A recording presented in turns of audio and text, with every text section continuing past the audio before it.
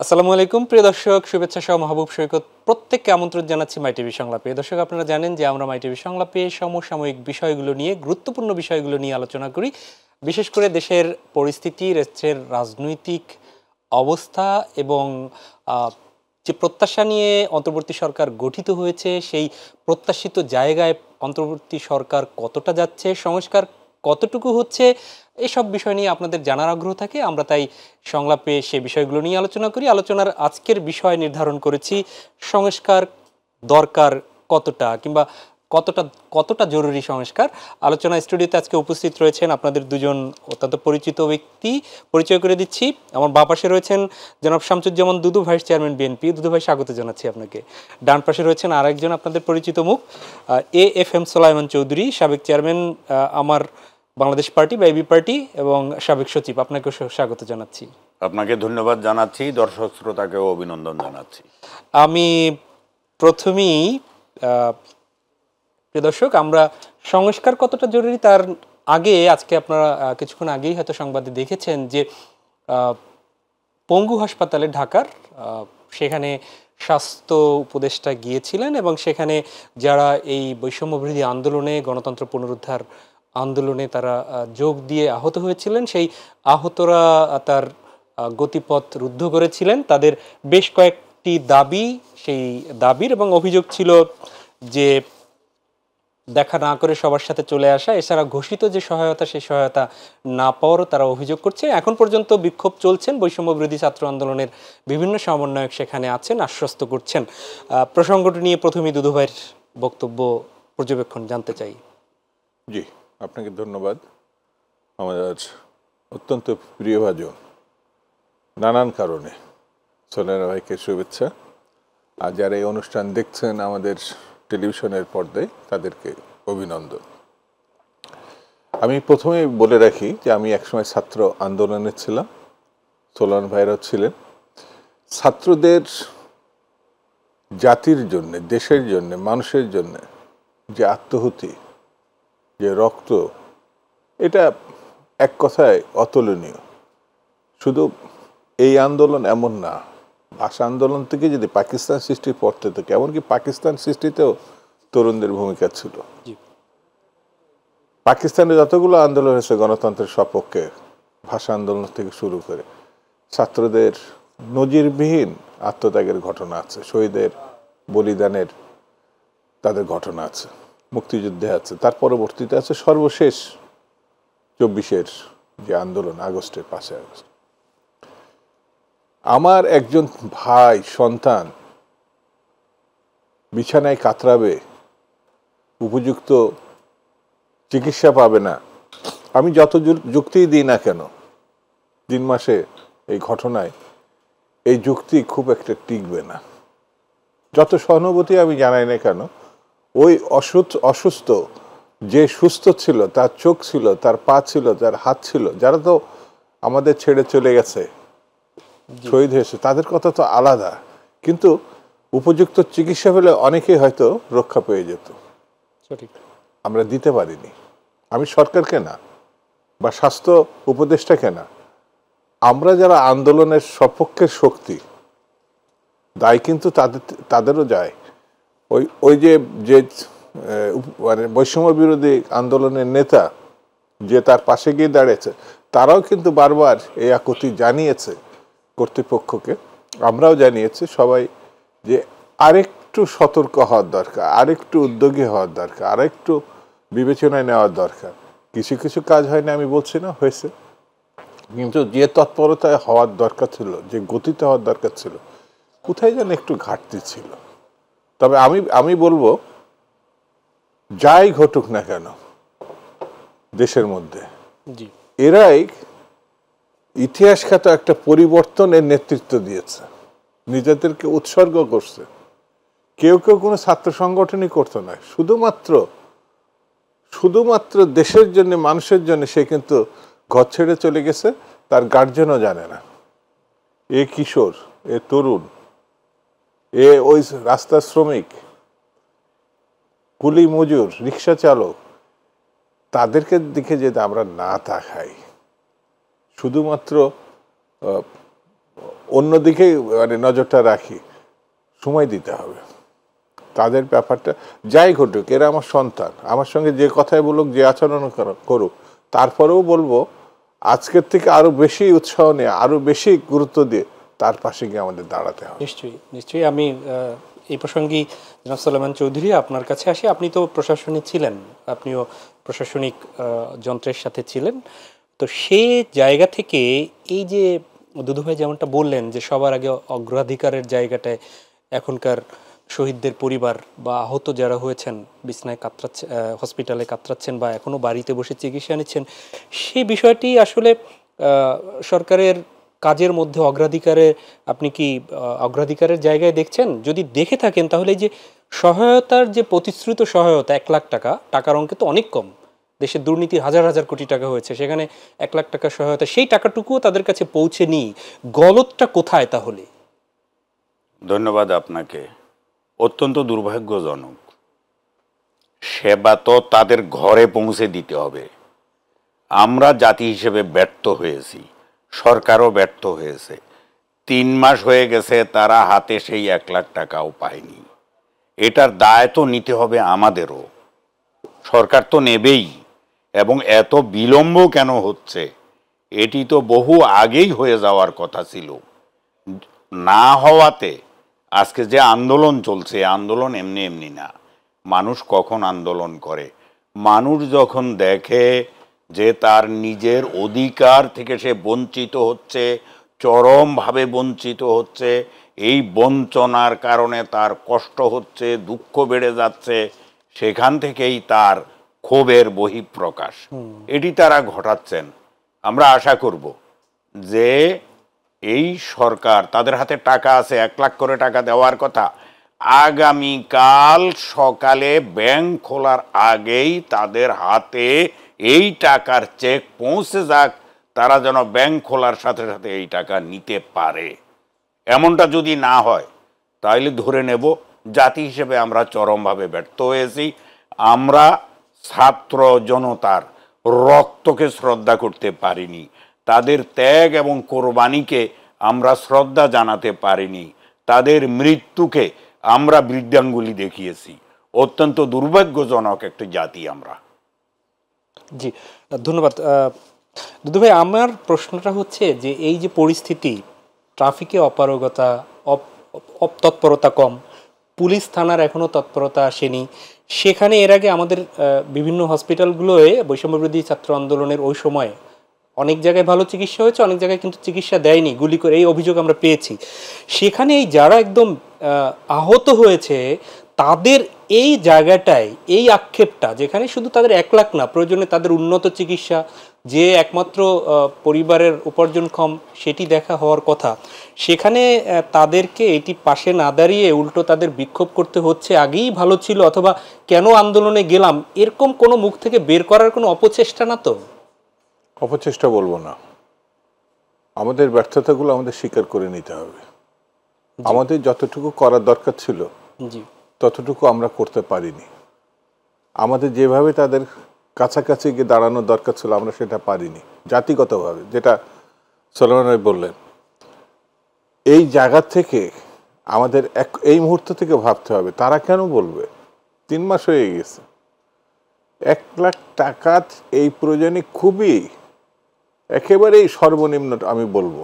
কারোর কারোর বিদেশে ইতিমধ্যে যাওয়ার, কিন্তু ওই ছেলেটার পরিবারের আদৌ সামর্থ্য আছে কিনা, যদি না থাকে রাষ্ট্র তো তার পাশে দাঁড়াবে। রাষ্ট্র তো একটা বিরাট প্রতিষ্ঠান, নিশ্চয়ই। সরকার আর রাষ্ট্র যদি একটু গা ঝাড়া দেয় তাদের, আমাদের মনে হয় যে এটা কোনো ঘটনা হিসাবে থাকার কথা না। 16 বছর ধরে একটা জগত্তল পাথর যারা টুকরো টুকরো করে খান খান করে ভেঙে ফেলেছে, অন্য কোনো প্রয়োজনে না, মানুষের প্রয়োজনে, দেশের প্রয়োজনে, তাদেরকে আমরা দেখবো না? সেই না দেখার যে ব্যর্থতাটা, সেটা মেনে নিয়ে, মানে কি বলবো, এটা এটা আমার কাছে খুব খারাপ লাগছে যে এদের যে কোনো দেশে, অনেক দেশ তো আগ্রহ প্রকাশ করছে, তারা উৎসাহ হবে। ব্রিটেন থেকে তো লোক এসছে যে এদের সাহায্যের কথা বলেছে, কিন্তু আমাদের পররাষ্ট্র মন্ত্রণালয় অথবা স্বাস্থ্য মন্ত্রণালয় ওই ব্রিটেন সরকারের সঙ্গে তাৎক্ষণিক আলোচনা করে 24 ঘন্টার মধ্যে তো পাঠাতে পারতো। আমাদের এমন অনেক জায়গা আছে যেখানে এই আন্দোলনে কিন্তু দেশে যেমন অভ্যন্তরীণ সমর্থন ছিল, সারা বিশ্বব্যাপী যে যেখানে বাংলাদেশি আছে তারা কিন্তু সমর্থন জানিয়েছিল। নিশ্চয়ই। এবং তারা আমরা যদি তাদের কাছে সাহায্য চাই, শুধু আমরা পাঠাই না, বিশ্বের বহু জায়গায় আমাদের ভালো ভালো ডাক্তার আছে, কেন আমরা এই সুযোগটা নিচ্ছি না? এটা আমার কাছে প্রশ্ন রয়ে গেছে, কেন আমরা সুযোগটা নিচ্ছি না। সুলাইমান চৌধুরী, আপনার কাছে একটু আবার আসি। সেটি হচ্ছে যে আমরা কেন সুযোগ নিচ্ছি না, দুদু ভাইয়ের প্রশ্ন যদিও। আর পাশাপাশি টাকা ছাড় করতে, আপনি তো রাষ্ট্রযন্ত্রের সাথে ছিলেন, এই সময়টা কি এত বেশি লাগে এই কয় টাকা ছাড় করতে? অথবা আমরা 71-এর মুক্তিযুদ্ধের মুক্তির সেনানীদের তৈরি মানে তালিকা এখনো দেখি না।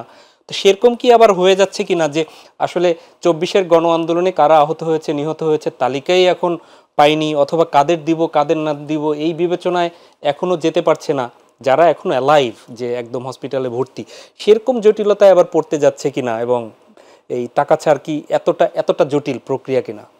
মোটেই জটিল প্রক্রিয়া নয়। যারা হাসপাতালে আছেন, এটা রেকর্ডেড।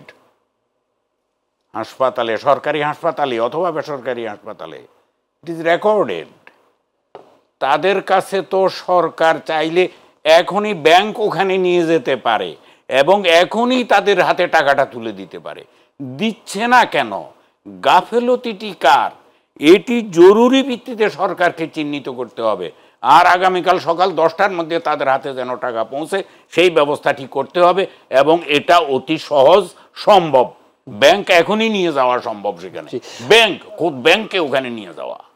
দুদু ভাই, আপনার কাছে ফিরি। উপদেষ্টা পরিষদে উত্তরাঞ্চল থেকে অন্তত 5 জন সদস্য অন্তর্ভুক্তির দাবিতে, একাধিক সদস্য অন্তর্ভুক্তির দাবিতে উত্তরাঞ্চলের বিভিন্ন সড়ক প্রদক্ষিণ করেছে। গতকালকে দেখেছিলাম যে একজনের ব্যাপারে দাঁড়িয়েছিল, আজকে হচ্ছে তারা 5 জন দাবি করছে। প্রশ্ন হচ্ছে, নতুন করে উপদেষ্টা পরিষদের 3 জন আবার নিয়োগ হলো, সেটি নিয়ে আলোচনা সমালোচনার ঝড় বইছে। তার মধ্যে এখন আবার অঞ্চলে, আমার অঞ্চলে কেন না, আমার অঞ্চলে কেন না, এই যে দাবি দাবার মধ্যে আর একটা যোগ হচ্ছে। তো এই দাবি দাবার যৌক্তিকতা কিংবা আলোচনা সমালোচনাকে কিভাবে দেখছেন? আসলে আমার কাছে মনে হয় যে সরকারের যে স্পিরিটটা বা গতিটা থাকার দরকার ছিল, ওই গতিটা বোধহয় এখনো আমরা উঠাতে পারি নাই, বা সরকার উঠাতে পারে না।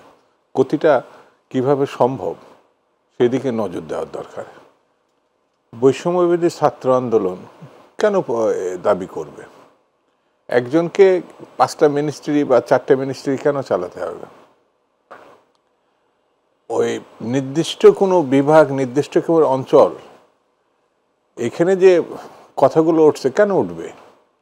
এখানে ডক্টর ইউনূস সাহেব অত্যন্ত বিচক্ষণ মানুষ, বুঝদার মানুষ, গবেষক, শিক্ষিত, এবং আমার দেশে না সারা বিশ্বব্যাপী তার একটা গ্রহণযোগ্যতা আছে। তিনি থাকা অবস্থায়, এবং এই যে এই উপদেষ্টা মণ্ডলীতে যারা আছেন তারাই বা এইগুলো চিন্তা করবে না কেন? একটা নির্দিষ্ট বিভাগ না তো, আমাদের 10টা-11টা বিভাগ নিয়ে তো বাংলাদেশ। এটা খুব সহজ হিসাব, কিন্তু এটা কোনো পলিটিশিয়ানের কাছেও যদি বা সাবেক কোনো আমলার কাছে একটা পরামর্শ নিত, সেই সরকারের না হলেও কিন্তু এটা 5 মিনিটের ভিতরে মীমাংসা করে দিত। তাহলে হচ্ছে কেন? আমার কাছে মনে হচ্ছে কোনো জায়গায় অবহেলা আছে, অথবা আসল কাজ থেকে অন্যদিকে দৃষ্টি সরিয়ে নেওয়া হয়েছে। এটা কোন দিকে? মানে জরুরি হবে। যেমন আমি প্রথম দিনেই তো যে 10 জন উপদেষ্টা হলে 10টা জায়গায় চলে যাবে, 10টা বিভাগে চলে যাবে। আমার তো মানে কি বলবো, সারা বাংলাদেশে একজন মানে উপযুক্ত মানুষ না, কমপক্ষে একটা বিভাগে 100 থেকে 200 লোক আছে উপদেষ্টা হওয়ার। আমি এখনই বলে দিতে পারি, রাজনীতি করার কারণে সারা দেশ। কিন্তু এটা এই সিদ্ধান্তগুলো আসে না বলে আমি ছাত্র বৈষম্যবিরোধী আন্দোলনে তারা কথাগুলো উঠাচ্ছে কেন, আমি ওইদিকে ঠেলে দিচ্ছি তাদেরকে। এই সরকার যেহেতু আপনারা বড় একটি রাজনৈতিক দল, এবং ফ্যাসিবাদ বিরোধী আন্দোলনে যারাই ছিলেন প্রত্যেকের সাথেই বসছে, তো সে সময় আপনারাও, তখন আপনাদের প্রতিনিধিরাও গিয়েছে, আপনাদের রাজনৈতিক দলগুলোর কাছ থেকে এই বিষয়ে পরামর্শ নেওয়া হয়নি, নাকি আপনারা পরামর্শ দেননি, নাকি তারা ইগনোর করছে? আমরা সরকারকে অনেক পরামর্শ, শুধু বিএনপি না, সকল রাজনৈতিক দল সুনির্দিষ্টভাবে তাৎক্ষণিকভাবে যতটুকু বলার বলেছে, দলগতভাবে এমনি ব্যক্তিগতভাবে অনেক মানুষ কথা বলেছে, একেবারে বলা হয় না এটা ঠিক না, কিন্তু যে কোনোভাবেই হোক এই জিনিসগুলো হয় না। তার অর্থ কিন্তু এই নয় যে এটা সম্ভব না। সুলেমান যেমন বলল কাল সকালে করা সম্ভব, এখনই এটা সিদ্ধান্ত নিলে কাল সকালে তাদের পাশে ব্যাংকে গিয়ে হাজির হতে পারে। ব্যাংক মানে ব্যাংকের অথরিটিকে যদি আমি বলি 10 জন, তুমি 20 জন যাও, এখনই সম্ভব, কাল সকালে। ঠিক তেমনি আমি যদি কোনো রকম মনে হয় যে এটি বিতর্কমূলক অথবা এই জায়গাটায় ভুল হয়েছে, ভুল সংশোধন করাই তো সাফল্যের মাপকাঠি, কিন্তু ভুলটা আঁকড়ে বসে থাকাটা তো একটা জেদের ব্যাপার। জি, এটা কখনোই তো সে এগোবে না, কাজ এগোবে না। সেই জন্যই কথা যারা এই বৈষম্য বিরোধী কথা ছাত্ররা কথা বলছে, আমি মনে করি যে তাদের কথাটা গুরুত্ব সহকারে গ্রহণ করা উচিত। সুলেমান চৌধুরী, আপনার কাছ থেকে এই প্রসঙ্গে একটু আসি। সেটি হচ্ছে যে আমাদের আলোচনার বিষয়ও যে সংস্কার কতটা দরকার, সেই সংস্কারের জায়গায় উপদেষ্টা পরিষদে যে এই যে এলাকা ভিত্তিক লোক নেয়া, বা অনেকেই মনে করেন যে এবি পার্টির যেহেতু আন্তর্জাতিক অপরাধ ট্রাইব্যুনালে আপনাদের দলের একজনকে চিফ প্রসিকিউটর করা হয়েছিল, সেখানে আপনাদের সাথে হয়তো সরকারের একটা নিবিড় সম্পর্ক রয়েছে, অনেকেই মনে করে থাকেন। সেটা থাকুক বা না থাকুক, রাজনৈতিক দল হিসেবেও আপনারা এই জায়গাটায় উপদেষ্টা পরিষদের বিষয়গুলো আপনারা তাদের কি পরামর্শ বা আপনাদের দৃষ্টিভঙ্গিটা কি? দেখুন, আমি তো প্রায় 1.5 মাস আগে আহ্বায়কের পদ ত্যাগ করেছি। তার আগ পর্যন্ত এবং এখনো এবি পার্টি সরকারের সঙ্গে যোগাযোগ রাখছে, জি, এবং মতামত দিচ্ছে। অন্যান্য রাজনৈতিক দল যেভাবে দিচ্ছেন সেভাবে তারাও দিচ্ছে। এটি একদিক। আরেক দিক হলো গণদাবি। গণদাবি এমন এক জিনিস, এটা এলাকা ভেদে, মানুষের আর্থিক অবস্থা ভেদে, মানুষের শিক্ষা ভেদে, মানুষের অন্যান্য লিঙ্গ ভেদে এটার তফাৎ হয়। জি, এলাকা এই নাকি যোগ্যতা, তফাৎগুলি বোঝা, জি, এটার জন্য দূরদর্শিতার প্রয়োজন হয়। আর মানুষের প্রতিনিধি যদি আপনার কাছে না থাকে, মানুষের প্রতিনিধি যদি আপনার কাছে মানুষের কথাগুলি বলতেই না পারে, আমি বুঝবো কিভাবে যে তাদের দাবিটা কি, তাদের জন্য আমার করণীয় কি? নিশ্চয়ই। এই ক্ষেত্রে আশা করি আগেই করা উচিত ছিল। যেহেতু এখন দাবি উঠেছে, সরকার দ্রুত এই বিষয়ে পদক্ষেপ নেবে। নিশ্চয়ই আমরা এই আলোচনায় আবার ফিরবো, তবে ছোট্ট একটা বিরতি থেকে ফিরে। প্রিয় দর্শক, নিচ্ছি ছোট্ট একটা বিরতি, সঙ্গেই থাকুন।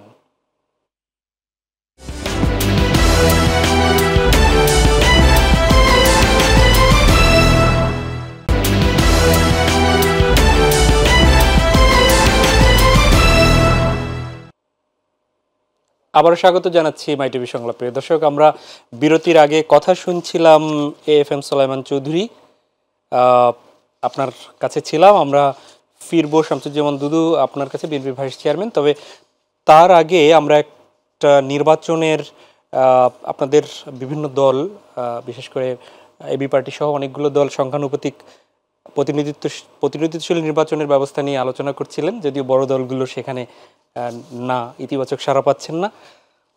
সে বিষয়ে কথা বলবো। আমরা একটা প্রতিবেদন দেখে আসি এ নিয়ে। অন্তর্বর্তীকালীন সরকার গঠনের পর থেকে নির্বাচন পদ্ধতির পরিবর্তন নিয়ে নানা আলোচনা শুরু হয় সর্বমহলে। রাজনৈতিক দলের একটি বড় অংশ বিদ্যমান পদ্ধতিতে জাতীয় সংসদ নির্বাচনের পরিবর্তে ভোটের আনুপাতিক হারে বা সংখ্যানুপাতিক প্রতিনিধিত্ব পদ্ধতিতে নির্বাচনের পক্ষে।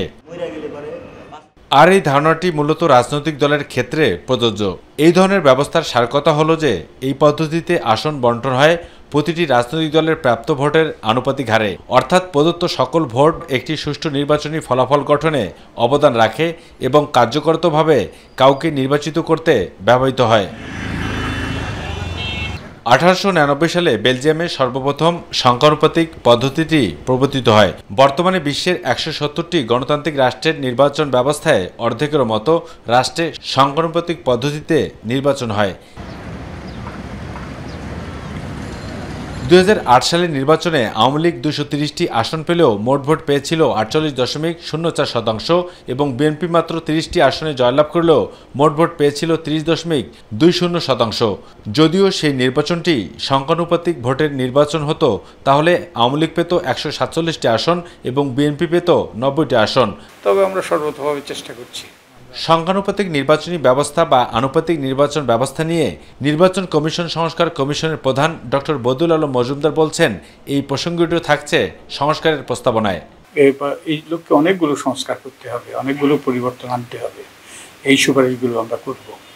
তো তার মধ্যে আপনি যে ইস্যুটার কথা বলছেন যে সংখ্যানুপাতিক হবে নাকি আমাদের বর্তমান যে পদ্ধতি আছে এটা অব্যাহত থাকবে, তো এই সিদ্ধান্ত নেওয়ার এখনো সময় আসেনি। আমরা মানুষের মতামত দিচ্ছি, রাজনৈতিক দলগুলোর মতামত নেওয়ার প্রক্রিয়ায় আছি, আমরা অন্যান্য অংশীজনের মতামত নিচ্ছি। তো তার প্রেক্ষিতে আমরা সব মতামত পর্যালোচনা করে আমাদের সর্বোচ্চ বিবেচনা শক্তি কাজে লাগিয়ে আমরা একটা সুপারিশ করার চেষ্টা করব। কারণ দ্বিকক্ষ বিশিষ্ট আইনসভা আইন প্রণয়নের প্রক্রিয়াকে ধীর করতে পারে বলে মনে করেন ডক্টর তোফায়েল আহমেদ। তবে সংখ্যানুপাতিক নির্বাচন ব্যবস্থা নিয়েও কথা বলতে ছাড়েননি এই বিশেষজ্ঞ। বাংলাদেশের বাস্তবতায় এই মুহূর্তে বোধহয় আমরা নীতিগতভাবে এটা এগ্রি করি এবং লিখবো এটা, কিন্তু বাস্তবায়ন প্রক্রিয়াটা হয়তো এত তাড়াতাড়ি হবে না, প্রথম ছোটো এইভাবে হবে না। এখানে তো অনেকগুলো জিনিস সংস্কার হবে, এর মধ্যে বোধহয় এটা একটা বড় জিনিস, এটা এই সময়ের মধ্যে বোধহয় সম্ভব হবে না এটা। আর পলিটিক্যাল পার্টিগুলোর মধ্যে কনসেনসাস হোক, তারা জিনিসটা কীভাবে দেখে সেটা দেখুক আগে। কিন্তু আমরা নীতিগতভাবে লিখবো, এটাও একটা ভালো সিস্টেম, যেটার কথা আমরা লিখবো। যেহেতু পৃথিবীর প্রায় 100টি দেশ এই আনুপাতিক ভোটের নির্বাচন পদ্ধতি অনুসরণ করে সুফল পেয়েছে এবং পাচ্ছে, তাই এটিকে সর্বাধুনিক ও সবচেয়ে গ্রহণযোগ্য গণতন্ত্র বলছেন ডক্টর তোফায়েল আহমেদ ও ডক্টর বদিউল আলম মজুমদার। দুই কক্ষ পার্লামেন্টের নির্বাচনের একটা বিধান রাখতে হবে এবং এটার মধ্যে সামঞ্জস্য বিধান করতে হবে।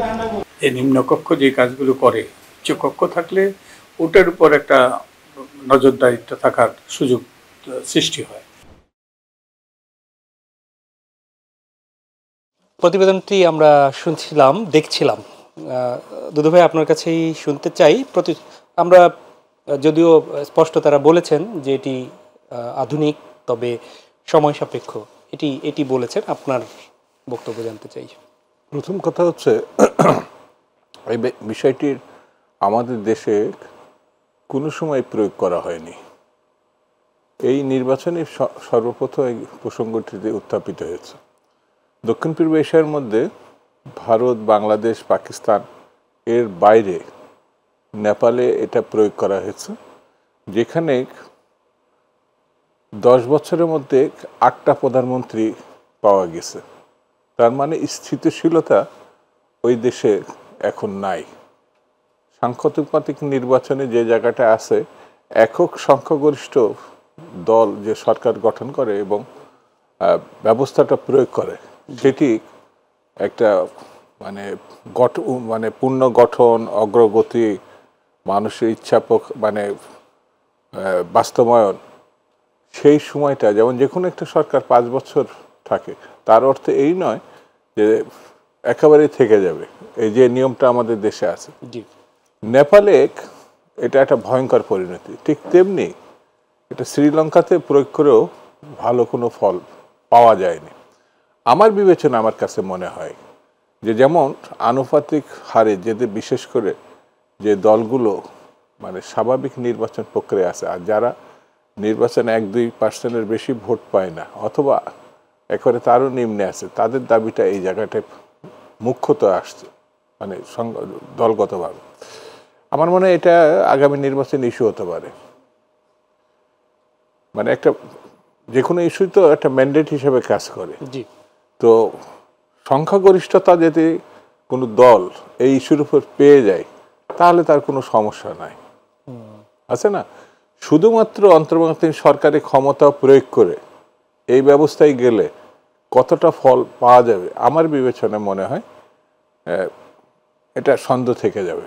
সেই জন্য বিতর্ক থেকেও বেশি জিনিস হচ্ছে মানুষের ভোটাধিকার ফিরিয়ে দেওয়া, তাদের হাতে ক্ষমতা দেওয়া যে তারা কোন পদ্ধতিতে যাবে। রাজনৈতিক দলগুলো যারা চাচ্ছে, তারা ওই ইস্যুটাকে ইস্যু বানাতে পারে নির্বাচনকে। তারা যদি মনে হয় চলে আসলো তাহলে তার কোনো প্রশ্ন নাই। জি, সালেমান চৌধুরী। জি, আমি দুদু ভাইয়ের শেষ কথায় 16 আনা একমত।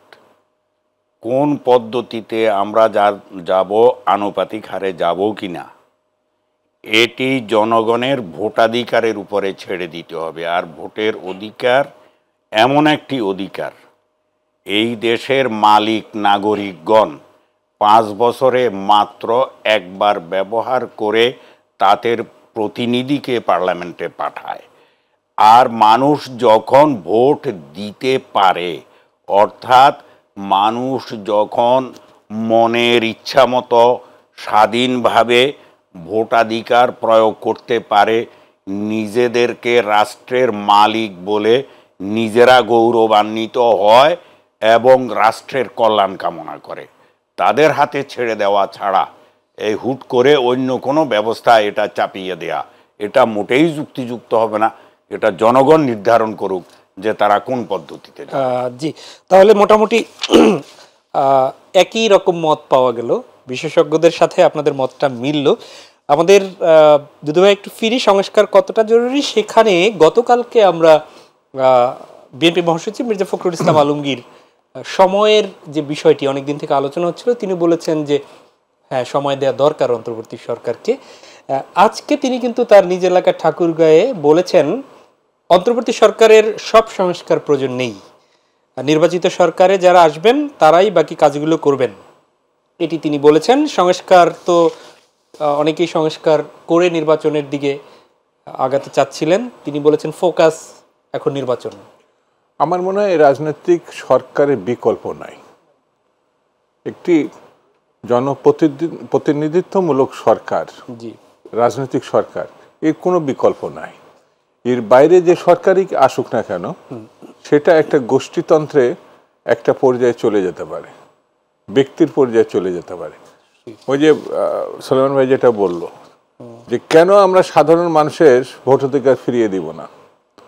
এই দেশে কৃষক, শ্রমিক, কুলি, মজুর, তাঁতি, আমরা তাদেরকে মনে করছি খেটে খাওয়া মানুষগুলো কি বোঝে, কিন্তু এরাই 70 সালে আওয়ামী লীগকে ভোট মেজরিটিতে দাঁড় করাইছিল। এরা ওই মুক্তিযুদ্ধে সরাসরি অংশগ্রহণ করেছিল। কয়জন ভদ্রলোক করেছিল আমি এই বিতর্ক যাচ্ছি না, কিন্তু তারা গেছিল এই নিয়ে কোনো বিতর্ক নেই। এই ধারাবাহিক আন্দোলনে আজকে কিছুক্ষণ আগে যাদের নিয়ে আলোচনা করলাম, তারা কিন্তু এত মাথায় রাজনীতি নিয়ে ওই জীবন দিতে যায় নাই, দেশপ্রেমে গেছে। কিন্তু তাদেরকে আমি গুরুত্ব সহকারে কেন নিব না, এটা হচ্ছে আমার কাছে প্রথম প্রশ্ন। আর সংস্কার হচ্ছে একটা নদীর মতো বহমান একটা প্রক্রিয়া। আজকে যে সংস্কার আমি হাত দিব, কালকে এটা আরো সংস্কার করার প্রশ্ন দেখা দিতে পারে। অর্থাৎ এটা আমি ঠিক করে দেওয়ার পরও পরবর্তী সরকার আরো সংস্কারের কাজ দেবে, এবং সেটি হচ্ছে মূল কাজ তাদের। কারণ তারাই জনগণের ভিতরে, মানুষের মধ্যে, দেশের বিভিন্ন প্রান্তে তারা ঘুরে বেড়াচ্ছে। আর একটা জিনিস যে আমরা বিশেষজ্ঞ পর্যায়ে যারা আছে, এই সরকারও আছে, সংস্কার রাজনৈতিক দল হলে তাদেরই তো পরামর্শ, তাদেরই তো সহযোগিতা নিবে সরকার, নিবে না? আমার কাছে যেটা মনে হয়। তো সেই জন্যে প্রথম কাজ হচ্ছে সংস্কার যতটুকু প্রয়োজন ততটুকু করে, মূল কাজটা হচ্ছে আমার কাছে মনে হয়েছে মানুষের ম্যান্ডেট নেওয়া।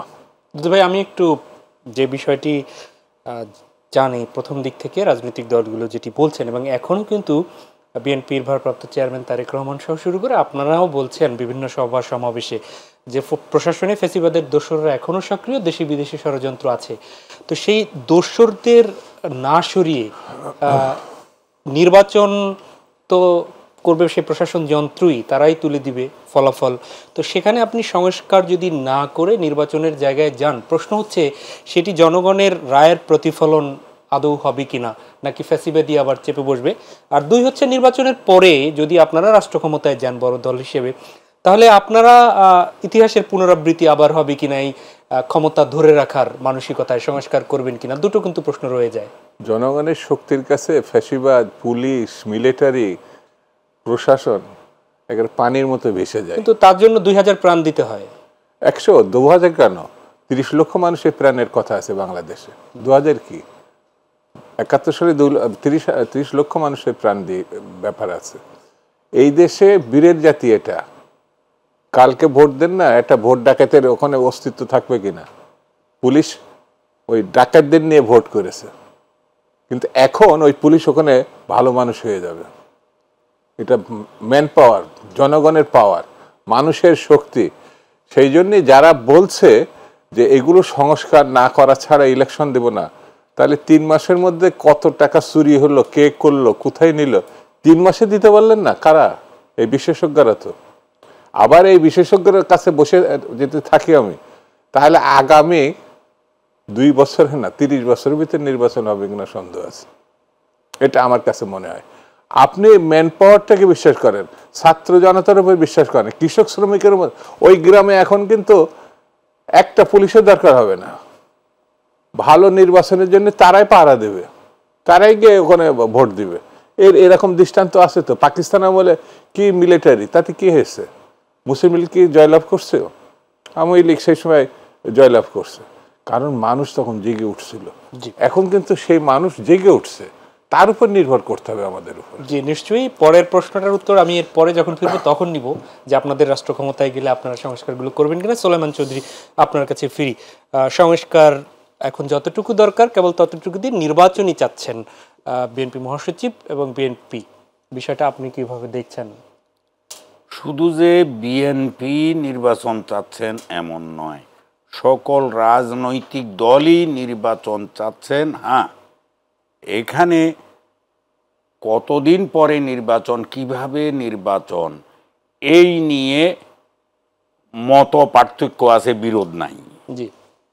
আর সংস্কারের কথা বলছেন, এই সংস্কার প্রশ্নে বিভিন্ন মানুষের বিভিন্ন মতামত থাকতে পারে এবং এটা আছে। আপনি কতটুকু সংস্কার করবেন, আমার শ্রদ্ধাভাজন এই শামসুজ্জামান দুদু ভাই তো পরিষ্কার বলে দিয়েছেন, এবং আমি ওনার কথার সঙ্গে একমত। নির্বাচন করার জন্য যতটুকু সংস্কার প্রয়োজন আপনি ততটুকু করুন। তার কারণ হলো সংস্কার একটি প্রবাহমান নদীর মতো, সংস্কার কোনো দিন থেমে থাকে না। আমি যদি জোর করে সংস্কারকে থামিয়ে রাখি তাহলে বিপ্লব হয়, মানুষ জীবন দেয়, মানুষ আন্দোলন করে। তো আপনি কি মানুষকে আন্দোলন করতে দেওয়ার জন্য এই সংস্কারকে বন্ধ করে রাখবেন? না, তা আপনি করবেন না। আবার আপনি নির্বাচন বন্ধ করে রাখবেন, মানুষ তাদের প্রতিনিধি বেছে নিতে পারবে না, আপনি কালক্ষেপণ করবেন। আপনি নিজেকে কি মানুষের প্রতিনিধি মনে করেন?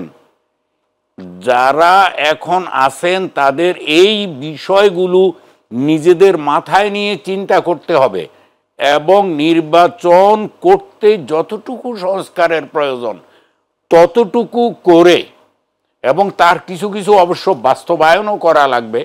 কতটুকু হয়েছে সে বাস্তবায়ন, কতটুকু হয়েছে আমি একটু যদি আগে এখনো তো সংস্কারই হয়নি, বাস্তবায়নের কথা বলছেন, তাহলে সে প্রক্রিয়া কতটা এগিয়েছে? প্রক্রিয়া এগিয়েছে, মোটামুটি সন্তোষজনক, খুব ভালো না, আরো এগুতে পারত। গতিটা অনেক কম, এই গতি আরো অনেক বাড়তে পারত, কিন্তু বাড়ছে না।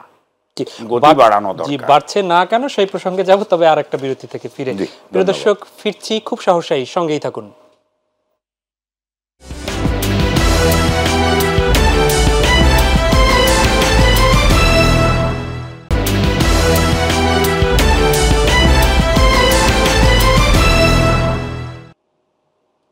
আবারও স্বাগত মাই টিভি সংলাপে। দর্শক, আমরা বিরতির আগে ছিলাম এএফএম সোলাইমান চৌধুরীর কাছে, আমরা ফিরছি শামসুজ্জামান দুদু আপনার কাছে। যে প্রশ্নটি রেখে শেষ করেছিলাম সোলাইমান চৌধুরীর কাছে, আপনার কাছেও সেই প্রশ্ন। এর আগে আমরা শুনেছিলাম যে 1.5 বছরের একটা টার্গেট মোটামুটি, এরপরে হয়তো নির্বাচনে যাওয়ার কথা। সেই হিসেব করলেও 6 ভাগের 1 ভাগ সময় শেষ। আর যদি 1.5 বছরের নির্বাচন হয় তাহলে তার আগে 3 মাস আগে তফসিল ঘোষণা করতে হবে, তাহলে 5 ভাগের 1 ভাগ সময় শেষ হয়ে গেছে এই সরকারের নির্ধারিত। কতটা সংস্কার হয়েছে কিংবা সংস্কারের গতি কতটা দেখছেন? সংস্কার আমার মনে হয় মানে সরকার যে বিবেচনা করে বলেছে সেই বিবেচনা থেকে তারা যে সিদ্ধান্ত নেয়, তাহলে যে ইঙ্গিত সেনাপ্রধান দিয়েছিলেন আমি তাকে ধন্যবাদও দিয়েছিলাম যে 18 মাসের মধ্যে নির্বাচন করা সম্ভব।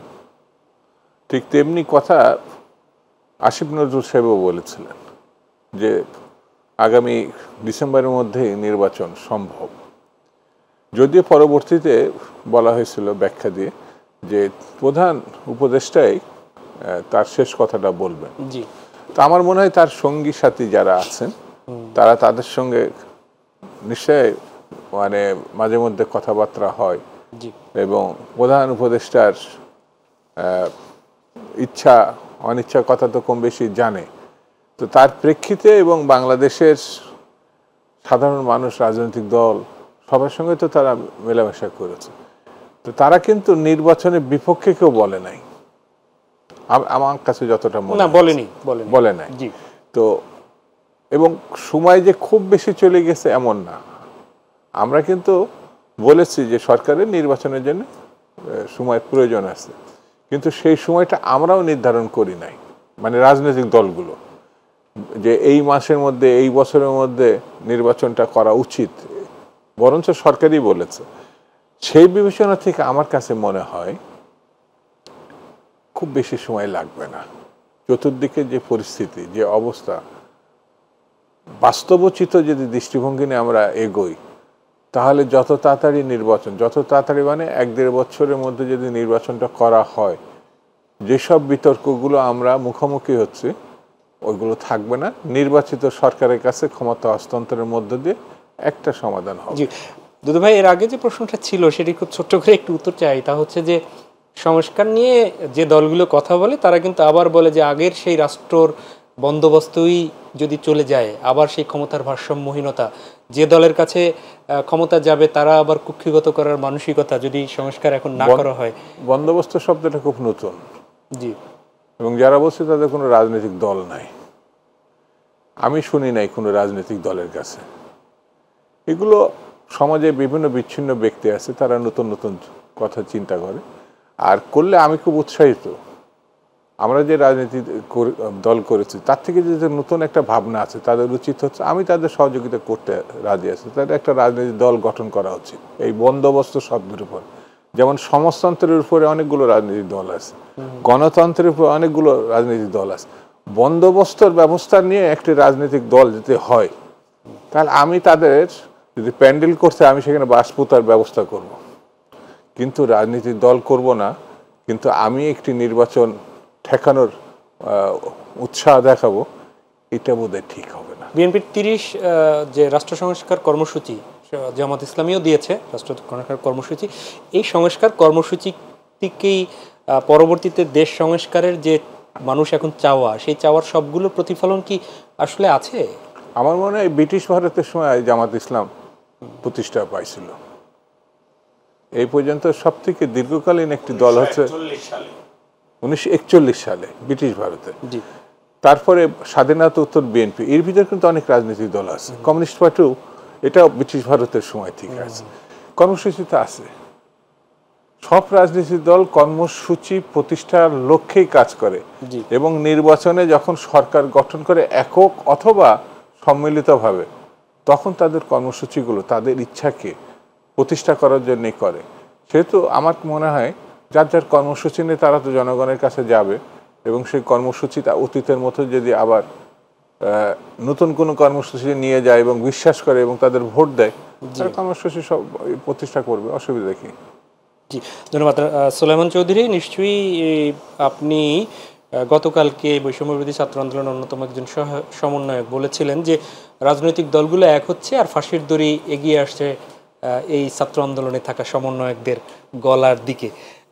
ক্ষোভ আক্ষেপ যাই হোক বলেছিলেন, সেই জায়গাটার আসলে আপনি এই যে তাদের হঠাৎ করে এই ধরনের কথা বলার, আপনারাও একই সুরে কথা বলছেন, যদিও সেগুলো যৌক্তিকই আমরা মনে করি, কিন্তু তাদের এই জায়গাটা, এই স্টানটা বা এই আক্ষেপটা কেন মনে করছেন? ফাঁসির দড়ির কথা বলছেন তো, জি, যারা রাজনীতি করেন তাদের জন্য ফুলশয্যা আর ফাঁসির দড়ি এটি একই জায়গায় থাকে, এটা স্বাভাবিক। এবং এই ধরনের এইটাকে রাজনৈতিক গুরুত্ব বোঝানোর জন্য ফাঁসির দড়ির কথা বলা হয়েছে। এটার অর্থ এই নয় যে ফাঁসির দড়ি কারো গলায় ঝুলিয়ে দেওয়া হবে। না, নিঃসন্দেহে, কিন্তু সে তো বোঝাতে চাচ্ছে যে আপনারা হয়তো ক্ষমতায় চলে যাবেন বা অন্য কেউ আবার আগের যে ফ্যাসিবাদ ফিরে এসে এই যারা আন্দোলনে ছিল তাদেরকে ফাঁসিতে ঝুলাবে, যেভাবে বিভক্তি আগাচ্ছে তাদের বক্তব্য থেকে এটাই বোঝা যায়।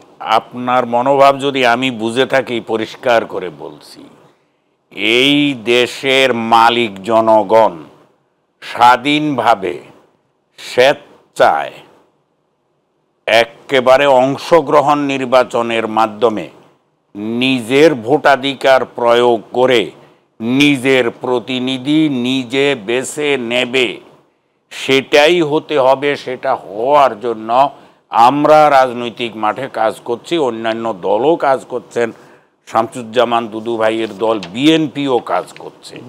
অতএব মানুষের ভোটাধিকার নিশ্চিত হলে কি হয়, একটু আগে আমি বলেছি, মানুষ নিজেকে গৌরবান্বিত মনে করে, নিজেকে রাষ্ট্রের মালিক মনে করে, এবং এই মালিক আরেকজনকে প্রতিনিধি বানিয়েছে, প্রতিনিধি তার কথা শুনতে বাধ্য, এটা মনে করে। আর রাজনৈতিক দলগুলো সংস্কার প্রস্তাব নিয়ে তাদের কাছে যায়, মানুষের পছন্দ হলে তখন ওই সংস্কার প্রস্তাবের পক্ষে মানুষ ভোট দিয়ে থাকে। এমন গণতন্ত্র আমরা এই দেশে চাই, এবং সেটা ইনশাআল্লাহ প্রতিষ্ঠিত হবে। আগামী নির্বাচনেই তার কিছু ফলাফল, বেশ কিছু ফলাফল আমরা পেতে পারি। বুঝতে পারছি, সবকিছু মিলে তাদেরও চাওয়া সেটি। তার মানে এই যারা ছাত্র আন্দোলন বা রাজনৈতিক দল ফ্যাসিবাদ বিরোধী আন্দোলনে, তাদের মধ্যে কোনো বিভক্তি আসলে নেই। না। জি, ধন্যবাদ। আমি শামসুজ্জামান দুদু আপনার কাছে ফিরছি, আবার বিএনপি মহাসচিবের একটি কথাকে কোট করছি। সেটি হচ্ছে, ভারত বাংলাদেশের বিরুদ্ধে প্রচার প্রচারণা চালিয়ে যাচ্ছে, সতর্ক থাকা উচিত, মির্জা ফখরুল বলেছেন। ঠিক একই রকম কথা গতকালকে তথ্য উপদেষ্টাও বলেছেন যে সে দেশের গণমাধ্যমে বাংলাদেশ সম্পর্কে নেতিবাচক প্রচার প্রচারণা চালাচ্ছে। বাংলাদেশের গণমাধ্যমেও এ ব্যাপারটা দেখা দরকার যে আসলে আমাদের দেশে কি হয়। একই রকম প্রায় শঙ্কার কথা বলেছেন। আসলে শঙ্কাটা কোন জায়গা থেকে? শঙ্কাটা হচ্ছে খুব পরিষ্কার, তো একজন খুনি লুটেরা গণহত্যাকারীকে একটি গণতন্ত্রের নামধারী দেশ আশ্রয় দিয়েছে। তা তো বর্ডারই ক্রস করার কথা না। তারা গণতান্ত্রিক দেশ বলে দাবি করে, তো খুনিকে আশ্রয় দিবে কেন? লুটেরাকে আশ্রয় দেবে কেন? গণহত্যাকারীকে আশ্রয় দিবে কেন? আমাদের ৭১ সালে মুক্তিযুদ্ধের সময় স্বাধীনতার মানুষ যারা, তাদেরকে তারা আশ্রয় দিয়েছিল। এই জন্য আমরা কৃতজ্ঞ। শরণার্থী, অনেক শরণার্থীকে তারা আশ্রয় দিয়েছিল, তারা আমাদের সহযোগিতা করছিল। কিসের জন্য? স্বাধীনতার জন্য, গণতন্ত্রের জন্য। এখন কিসের জন্য আশ্রয় দিলেন? এই প্রশ্ন তো আসে। আমার মহাসচিব ফখরুল সাহেব প্রবীণ রাজনীতিবিদ, সুদীর্ঘ তার অভিজ্ঞতা, সেই বিবেচনা থেকেই বাস্তবতার নিরিখে তিনি কিন্তু একটা কথা বলেছেন, আমার চতুর্দিকে হত্যাকারীদের আশ্রয়দাতা ছায়া হিসাবে কাজ করছে, সেই জন্যে আমাদেরকে সতর্ক থাকতে হবে। জি, একদম। এ ছাড়া কোনো দ্বিতীয় পথ নেই। একদম ছোট্ট করে শুনতে চাই, যদিও আমার হাতে সময় নেই। সেটি হচ্ছে, তাহলে ভারত চাইলেই বাংলাদেশের এই রাজনৈতিক প্রেক্ষাপট পরিবর্তন করে দিতে পারে? পারলে তো রেখে দিত, তাদের পারে নাই তো। আমরা বিশ্বাস করি গণতন্ত্রের কাছে কোনো সাম্রাজ্যবাদী আধিপত্যবাদী শক্তি একেবারে তুড়ি ছাড়া আর কিছু। জি, ধন্যবাদ সলমান চৌধুরী। আমরা একদম ছোট্ট করে আপনার কাছ থেকে এই বিষয়ে মন্তব্য শুনবো। জি, আমি দুদু ভাইয়ের সঙ্গে একমত। গণতন্ত্রের কাছে কোনো ফেসিবাদী শক্তি অথবা অন্য কোনো শক্তি একেবারে তুচ্ছ এবং নস্যি। যারা এই ধরনের মনোবৃত্তি পোষণ করে, তারা না পারবে বাংলাদেশের কোনো ক্ষতি করতে, না পারবে বাংলাদেশ ভূখণ্ডের কোনো ক্ষতি করতে, জনগণের কোনো ক্ষতি করতে। বাংলাদেশ ইনশাআল্লাহ এই গণতান্ত্রিক শক্তি নিয়ে, মানুষের অধিকার নিয়ে সামনের দিকে এগিয়ে যাবে। সেখানে প্রশ্নটা কিন্তু থেকে যায় যে এই যে বিভক্তি, অনেক সময় দেখা যাচ্ছে যে বিএনপির কথার সাথে জামাতের একটু দূরত্ব, বিএনপির কথার সাথে তাদের ফ্যাসিবাদ বিরোধী আন্দোলনের সময় যুগপৎ আন্দোলনের দলগুলোর একটু চাওয়া পাওয়ার পার্থক্য, অথবা বৈষম্য বিরোধী ছাত্র আন্দোলনের কথার সাথে একটু পার্থক্য, সেখানটায় কি বিভক্তি কি মানে বেড়ে যাওয়ার একটা সংখ্যা থাকে না? এবং ওই পথে আগাতে একটু কি শঙ্কা বা একটু প্রতিবন্ধকতা তৈরি হয় কিনা? একদম না। এজন্য না যে আপনার আর আমার চিন্তার পার্থক্য থাকার কারণে, চিন্তার পার্থক্য নানান কারণে হয়, এটা নিয়ে লম্বা ডিবেট করতে হবে, এত কথা বলার সময় আপনিও আমাকে এখানে দিবেন না। কিন্তু মত পার্থক্য তৈরি হয়, তৈরি হলে ওই বিষয়টাকে বুঝার শক্তি আসে, যুক্তি আসে, এবং আমরা তখন ওই নির্দিষ্ট একটা বিষয়কে ভালোভাবে হৃদয়ঙ্গম করতে পারি, বুঝতে পারি, সঠিক সিদ্ধান্তটা নিতে পারি। তার মানে বিভক্তি আসলে মূলত মানে নির্বাচনের ব্যাপারে, গণতান্ত্রিক রাষ্ট্রের ব্যাপারে কোনো বিভক্তি নাই, তাই তো? অনেক ধন্যবাদ সুলেমান চৌধুরী, এবং অসংখ্য ধন্যবাদ শামসুজ্জামান দুদু আপনাকে। প্রিয় দর্শক, এই ছিল আমাদের আজকের আয়োজন। দেখা হবে পরবর্তীতে। যাওয়ার আগে আবারও সেই কথা, বৈষম্যহীন দেশ, কল্যাণমূলক রাষ্ট্র গড়তে আসুন, যে যার জায়গা থেকে, স্থান থেকে একটু হলেও আন্তরিকভাবে এগিয়ে আসি। আল্লাহ হাফেজ।